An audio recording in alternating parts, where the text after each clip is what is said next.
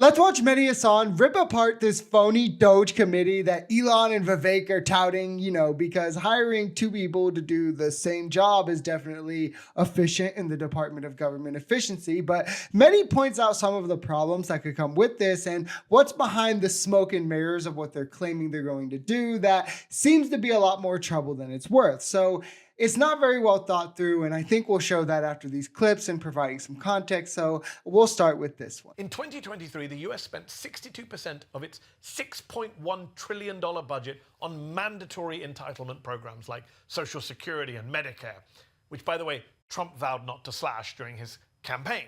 So cutting mandatory spending is really out of the question here. But what then does that actually leave us with?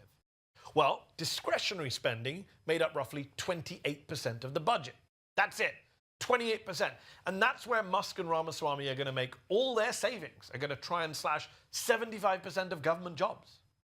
But first off, it's not that easy to just snap your fingers and make 75% of the federal workforce disappear. And even if you could fire 75% of government employees just like that, and without making the government itself collapse, according to the Congressional Budget Office, the US spent roughly $271 billion on personnel costs in 2022. So Doge cutting 75% of government jobs would save around $200 billion a year, a drop in the bucket compared to the US's $1.8 trillion deficit, and just 10% of the $2 trillion that Musk ambitiously said he'd cut. And I really want to put this into picture. To get to the $2 trillion they're promising, they would have to cut all of our discretionary spending and then $300 billion of our mandatory spending as well, which means despite Trump's promises, they are clearly going to look into mandatory spending cuts. I mean, the proof is in the amount that they say they will cut, because in what I just said, they would have to do mandatory cuts. And guess what? They're not going to cut all of the discretionary spending. They're not going to cut all of our defense spending or even the non-defense spending. So it's like going to be a lot of the mandatory spending and what they're leaning into, because they're throwing around this 75% headcount reduction, and this is the number that they're going to reduce the government by and do all this massive changes and rejuvenation to with it, because to people who have no idea, it sounds like, oh, well, that's going to save tons and do a lot, and it would only be about $200 billion. That would get us nowhere near a balanced budget where our deficit is currently $1.8 trillion. It also wouldn't be feasible in terms of having a functioning government on multiple levels and the everyday duties of the government, right? But that's a different argument, because the point that I want to focus on is, again, this means that they will definitely be going after Social Security, Medicare, Medicaid, retirement programs, SNAP, WIC, and these other social programs and our mandatory spending, as well as our funding for agencies like, I don't know, the Department of Labor. Ever heard of it? That provides protection for workers, or I don't know, the Department of Education that provides a base level of education across the spectrum or class or intelligence and in different ways that you could, break up kids and them needing education, and anything else that will help enrich them and their Republican donors at the behest of the middle class who actually rely on the things they're going to defund. A government department that has failed its annual audit for 7 years in a row. Ladies and gentlemen, I give you the United States Department of Defense. Yes, the Pentagon, whose budget in 2023 was already a whopping $805 billion. And this year, that number climbed to $842 billion, the largest defense budget in American history, even though supposedly we're not at war right now. And that $37 billion increase is, I should add, higher than the roughly $30 billion we spend on child nutrition programs. It's even higher than NASA's entire $25 billion budget. But let's zoom out here so we can really put into a global context just how ludicrously massive the US defense budget is. Because not only is it the largest in the world, but last year US defense spending was more than the next 9 biggest defense budgets combined.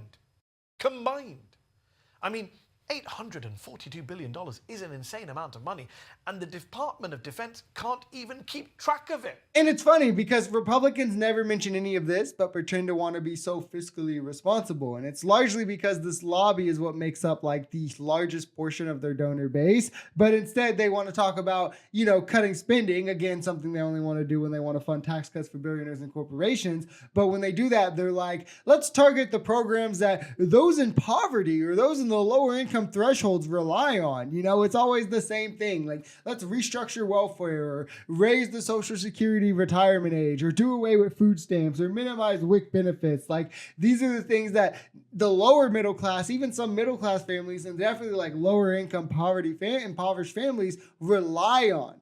But then they're not going to look at things that, like, I don't know, like homeowner deductions. They don't look at these kinds of things like where we're wasting money in other places. But whatever the talking point may be for that year, that's what they focus on, whatever section of poor people they want to go after. But you never even hear them go, let's stop spending so much on the defense budget, you know, that fails audit after audit, right? It's like so much that we spend on it that we dwarf the next 9 countries combined when, again, we're not even at war and they consistently fail audits. I mean, it seems like it would be the perfect target for MAGA and the right, but the donors, so, you know, the elected Republicans don't talk about it. So then, you know, the base doesn't talk about it. It doesn't quite fit the misinformation narrative the same way, so it stays out of the propaganda. The DoD could make changes to DoD structure and personnel. The CBO says that the Defense Department could save $1 trillion over the next 10 years by reducing headcount 20%.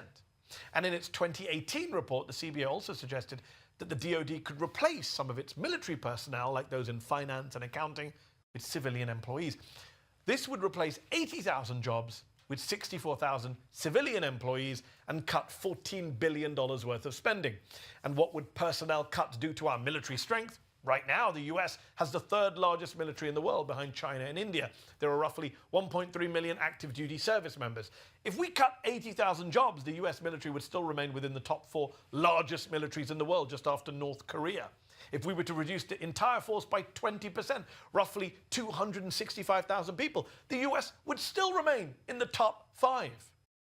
Number 2, why not get rid of the most expensive weapons program in American history? I'm talking about the F-35 Joint Strike Fighter program, which has cost the US over $2 trillion since 2001. That fighter jet program was rolled out like 2 decades ago, I believe, and has largely been a waste of money and deemed unsuccessful. It's things exactly like this, like the militarization of our police while we're at it, right? These insane amounts of military bases across the world using positions in the DoD for like that are just wasteless. They have no use, right? They don't do anything. If we really wanted to cut spending, this is what we would go after. I mean, they'll buy $400 hammers and all this kinds of incredulous stuff. Maybe we should start there with those guys who are doing the things like that, right? But instead, at least if we're looking about how they've spoken about it, right? And how the page for Doge that they've created on Twitter has tweeted, they're using it more as another way to just be like, LOL, look at the libs. Like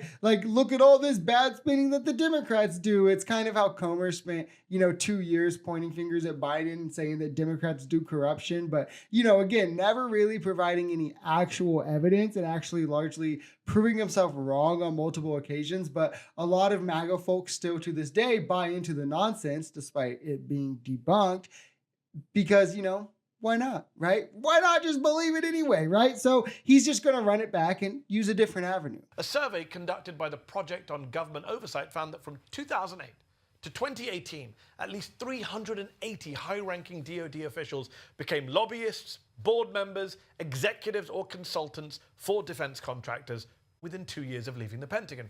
It's a cash cow of corruption, allowing Pentagon officials to profit off an exorbitant defense budget paid for by the American taxpayer.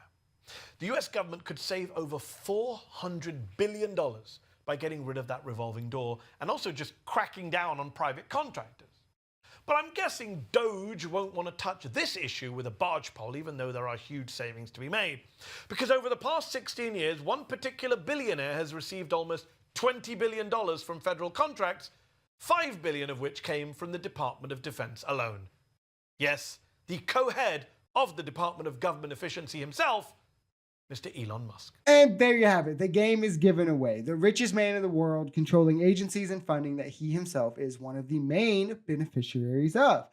That's not the deep state or anything, right? Like, I wonder how that might go, right? You guys remember how angry MAGA was about conflicts of interest and all the Trump trials? It's kind of hilarious how none of them mind that now. I mean, it's just shameless hypocrisy. But hey, I'm sure one of these days Trump will get around to actually draining the swamp, guys.